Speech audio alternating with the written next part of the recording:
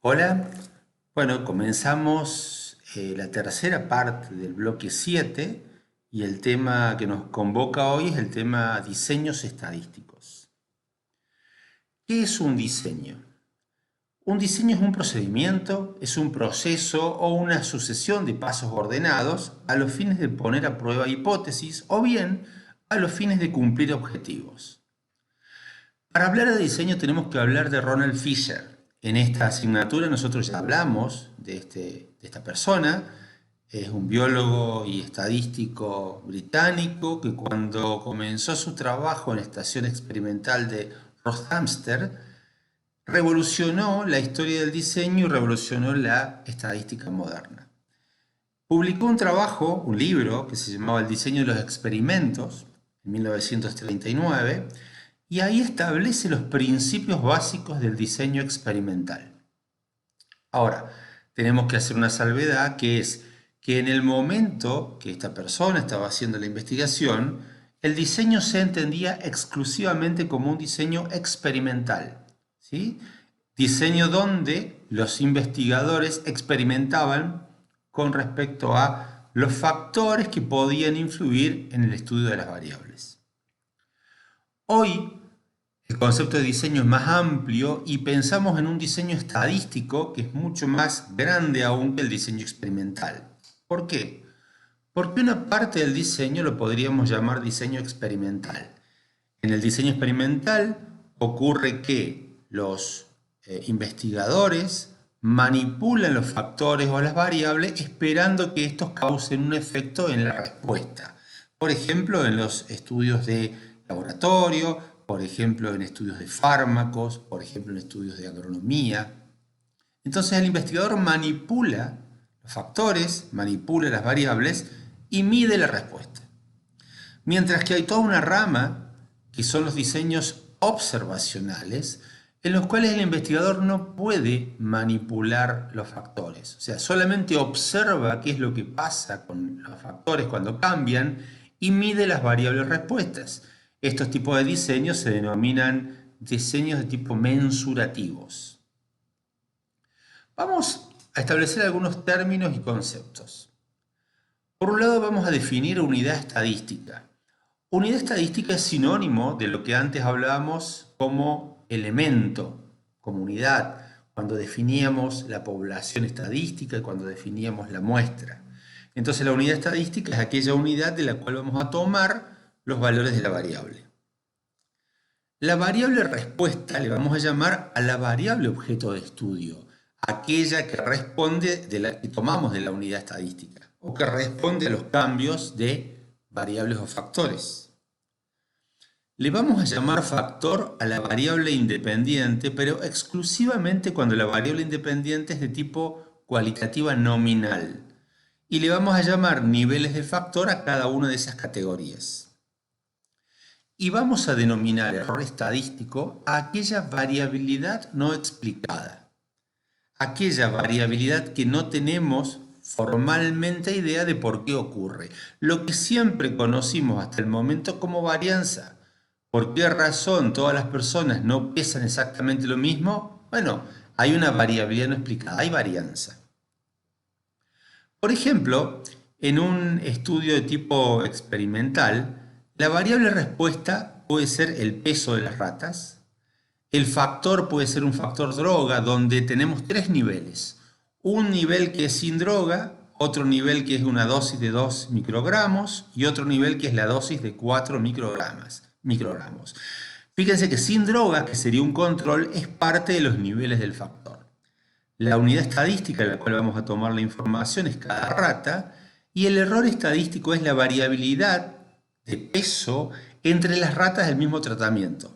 ¿Por qué razón todas las ratas sometidas a un tratamiento, por ejemplo, sin droga, no pesan exactamente lo mismo? La respuesta es no sé, es variabilidad no explicada que se entiende como varianza. En un tipo de diseño observacional, por ejemplo, podríamos estudiar el número de flores que tiene cierto árbol. El factor puede ser la ladera y los niveles del factor, ladera occidental, ladera oriental. La unidad estadística, cada árbol, por ejemplo, si estudiamos árboles de tala, sea el tala, Entonces en cada árbol de tala vamos a contar el número de flores que tiene. Y el error estadístico es la variabilidad que hay entre los árboles de la misma ladera. ¿Por qué todos los árboles que están en la misma ladera no tienen exactamente el mismo número de flores? Eso es variabilidad no explicada. Fisher estableció los principios del diseño experimental y todavía siguen vigentes. Los tres principios son reproducción, aleatorización y control local. Reproducción. Reproducción sería la idea de repetibilidad. Recordemos que estamos hablando de variables aleatorias y por lo tanto lo que estamos pensando de manera teórica es que hay un experimento aleatorio por detrás. Cuando estamos pensando en eso, estamos pensando en que tenemos estimadores y las propiedades de los estimadores tienen que ver con insesgado y consistencia. Si recordamos el sesgo es que la esperanza del estimador era igual al parámetro, pero esa esperanza tiene que ver con un n bastante grande. Lo mismo que la consistencia decía que a medida que aumentamos el n, cada vez más el estimador se hace más parecido al parámetro, pero con un n suficientemente grande. Entonces la reproducción tiene que ver con tener un n, tener un número de unidades dentro del experimento que haga que los estimadores sean buenos representantes de la población.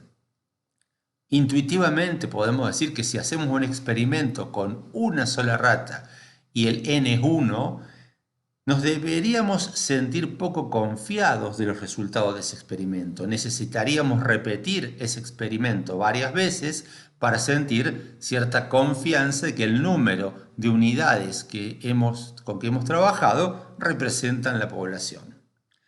Por otro lado, el tema de aleatorización. Bueno, seguimos hablando de variables aleatorias. Por más que nosotros coloquialmente llamamos la variable peso, la variable número de flores, por detrás está el concepto teórico de variables aleatorias que ya estudiamos. Entonces, solo los análisis van a tener las propiedades estadísticas necesarias si por detrás hay una variable aleatoria. Y en ese sentido, tenemos que pensar que la manera de aleatorizar es diferente si trabajamos con diseños experimentales o diseños observacionales. En un diseño experimental, debemos aleatorizar los niveles del factor a las unidades o aleatorizar las unidades a los niveles del factor. Es decir, a cada rata le tocaría un tratamiento elegido al azar. Y elegido al azar no significa que yo subjetivamente lo elige. Tiene que haber un método aleatorio para desparramar las ratas en los distintos niveles del factor o tratamientos. Por otro lado, en los niveles observacionales es imposible hacer lo antes mencionado porque no puedo aleatorizar que a este árbol le toca estar en tal zona. El árbol ya está en esa zona. Entonces la manera de garantizar la aleatorización es ir a cada uno de los niveles del factor y tomar muestras aleatorias de unidades. Por último, el último de los principios del diseño es el control local que algunos autores llaman precisión.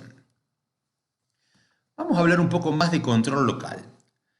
¿Cuántas variables o cuántos factores pueden afectar a una variable respuesta que estamos estudiando? La respuesta a esa pregunta es miles. Hay muchísimas cosas que pueden afectar a lo que yo estoy estudiando. Pero ¿qué puedo hacer con todos esos factores o todas esas variables si a mí me interesa estudiar solo una? Por ejemplo, cómo la concentración de cierta droga afecta al peso de las ratas.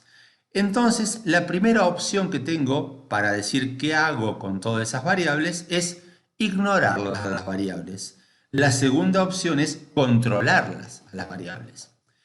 ¿Qué significa ignorar las variables? Significa, aunque sé que existen esas variables, decido no tenerlas en cuenta. Por ejemplo, en el caso de las ratas, podría ocurrir que las ratas de distintas edades, por ejemplo, de 3 meses a 1 año, se comporten diferente con la droga, comporten su peso diferente con la droga.